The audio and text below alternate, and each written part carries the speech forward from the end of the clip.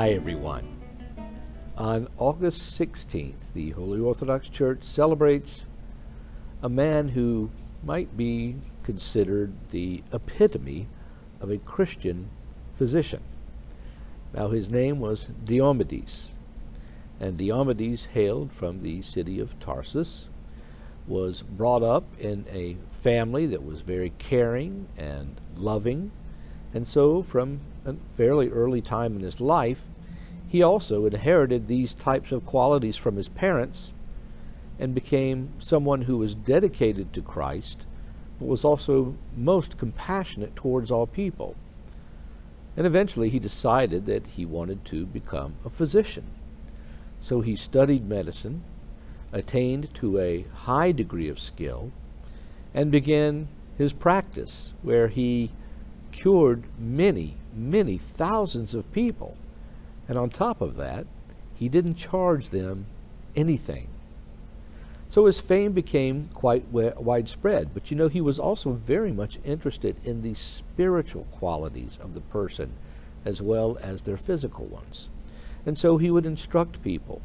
He would counsel people with many of their problems. He himself was leading a life of passionlessness as much as he could. And because of his caring for both soul and body, he was able to convert many people. Now, this was in a very pagan area. The year was 288, and during this time there was a devil sitting on the throne of the empire, and his name was Diocletian. Now, as the fame of Diomedes spread, and spread rapidly, he moved out from his local area and began going to many areas in order to cure and help as many people as he can, and also to instruct them in the faith. Well, Diocletian became aware of this famous physician, as you might imagine, and was also rather miffed that he was converting so many people to the faith of Jesus Christ, because Diocletian was very much a rabid pagan.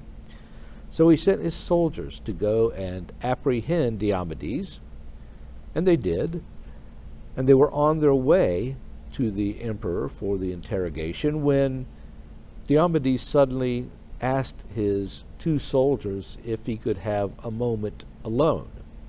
Well, the soldiers thought that he simply had to attend to the functions of nature at that moment. But in fact, Diomedes walked over to the side of them, knelt down in prayer, and he asked the Lord to take him. And the Lord, seeing a future martyric struggle, granted him his wish. And so Diomedes fell to the ground right in front of his captors. Well, they were astonished by this, and they were also quite fearful, because they knew that the emperor, who had placed Diomedes in their charge, was not going to be happy with them. So what they decided to do, in all carelessness and without any sort of careful consideration of the human body, lobbed off Diomedes' head. And at that moment, they became blind.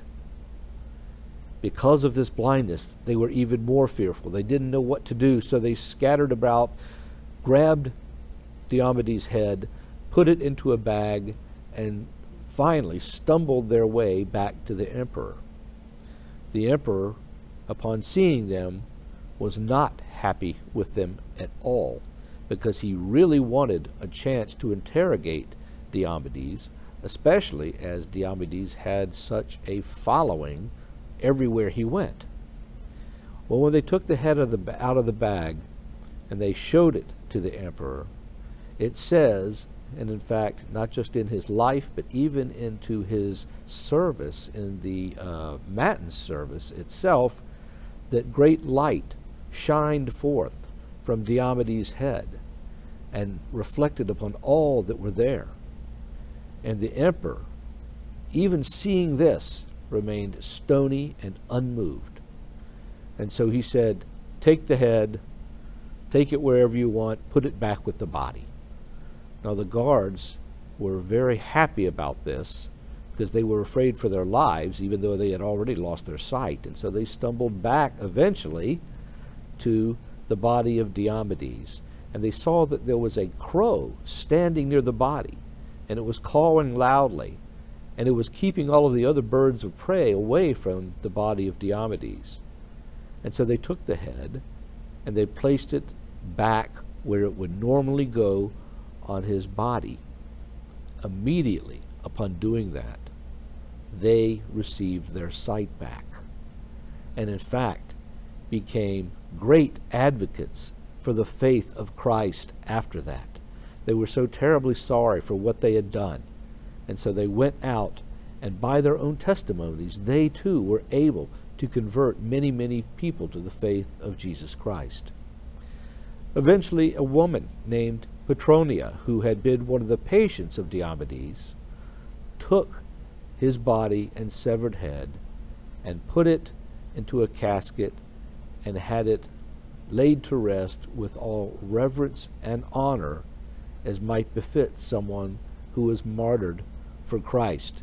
And it was only at this point, when his relics were laid to rest, that the crow finally flew away and disappeared from sight. So the testimony of the Lord in regards to Diomedes shows that compassion, loving kindness, freely willing to be able to help anyone who needs it, to cure ailments as best as a human being can do for another human being, is something that the Lord takes to his own heart and thereby glorifies all of those who are connected with such a man. Bye-bye.